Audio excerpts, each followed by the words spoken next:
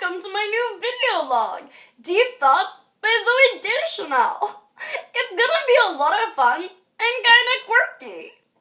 Today's deep question is, what came first, the chicken or his feathers?